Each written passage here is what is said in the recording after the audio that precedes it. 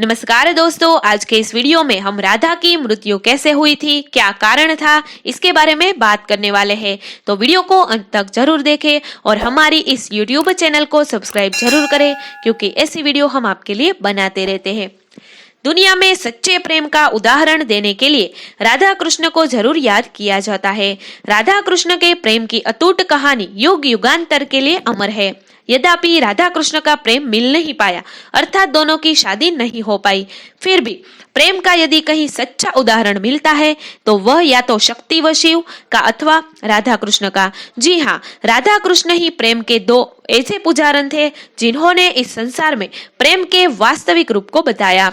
प्रेम के लिए त्याग क्या होता है, इस बात को दुनिया के सामने हमेशा के लिए अमर कर दिया। कन्हैया जब 8 साल के थे तब राधा और कृष्ण दोनों के प्रेम की गहरी अनुभूति का मिलन हो गया था। कहा जाता है कि राधा व कृष्ण का प्रेम जीवात्मा और परमात्मा का प्रेम मिलन है।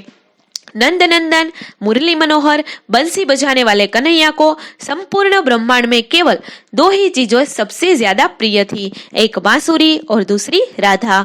कन्हैया की बंसी की मधुर तान से ही राधा कन्हैया की ओर खींची चली जाती थी। कभी कभी राधा कन्हैया की बंसी को चुरा ले जाती थी और नटखट कन्हैया फिर उसको ढूंढ लेते थे।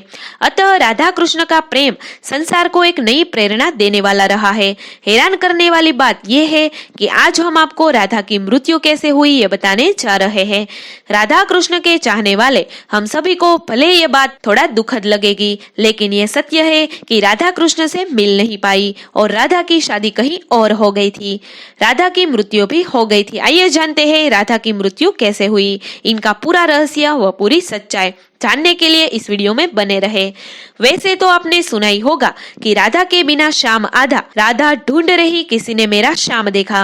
राधा कृष्ण के अटूट प्रेम की अटूट गीत संगीत, रस भरे गाने भजन आज भी प्रेम की राह पर चलने वालों के लिए अमृत रस के समान है।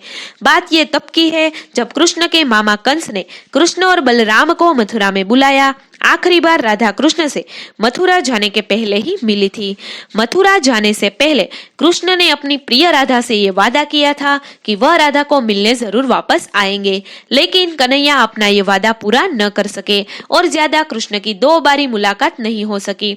एक और समय के चलते कृष्ण ने भी रुक्मणी से शादी कर ली और वहीं दूसरी ओर वृंदावन से कृष्ण के चले जाने पर राधा की भी बाद में किसी यादव से शादी हो गई थी।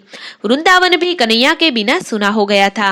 राधा और कृष्ण का प्रेम इतना अटूट था कि यद्यपि दोनों ने विवाह कहीं और किया, लेकिन वास्तविक प्रेम राधा और कृष्ण का एक दूसरे के लिए हमेशा के लिए अमर रहा एवं अमर है। इस प्रकार राधा और कृष्ण की यह प्रेम कहानी बिरहा की कहानी बन गई। पुराणों में राधा की मृत्यु का उल्लेख पाया गया है। वही नारद पुराण में तो राधा कृष्ण का मिलन होना भी बताया गया है। यूं तो राधा ने अपना जीवन कन्हैया के बिना वैसे ही बिता लिया था जैसे मानो जल के बिना मछली। तुमसे मिलने को ये मुरली वाले दिल के अरमा मचलने लगे हैं। तुमसे मिलने को ये मुरली वाले दिल के अरमा मचलने लगे हैं। जैसे जल के बिना तड़पे मछली, हम भी ऐसे तड़पने लगे हैं। इस तरह कृष्ण की प्रेम दीवानी राधा ने अपना पूरा जीवन कृष्ण के प्रेम में ही अर्पित कर दिया। अंत समय में राधा कन्हैया को मिलने द्वारिका पहुंचती है। यहीं से राधा की मृत्यु की कहानी छूट जाती है। द्वारिका पहुंचने के बाद राधा अपने प्रियतम कृष्ण से मिलकर प्रेम आंसू बहाती है। वे अपने कन्हैया को बंसी बजाने के लिए कहती है। इस तरह द्वारिका में राधा काफी समय कृष्ण के साथ गुप्त रूप से रहने लगती है। बाद में राधा को एक दिन अचानक कन्हैया से दूर मन होने लगा, अर्थात राधा को ये लग गया था कि अब कृष्ण को पाने के लिए मुझे फिर से कन्हैया के हृदय में अपना स्थान स्थापित करना होगा। तब राधा दूर जंगल की ओर चली जाती है और कन्हैया को बुलाती है। अंतिम बार राधा अपने प्रियतम कन्हैया से मिलते हुए प्रेम में डूबती जाती है। कन्हैया राधा को कुछ मांगने के लिए कहते हैं, लेकिन राधा मना कर देती है। कन्हैया के दोबारा कहने पर राधा कन्हैया से बंसी बजाने की मांग करती है।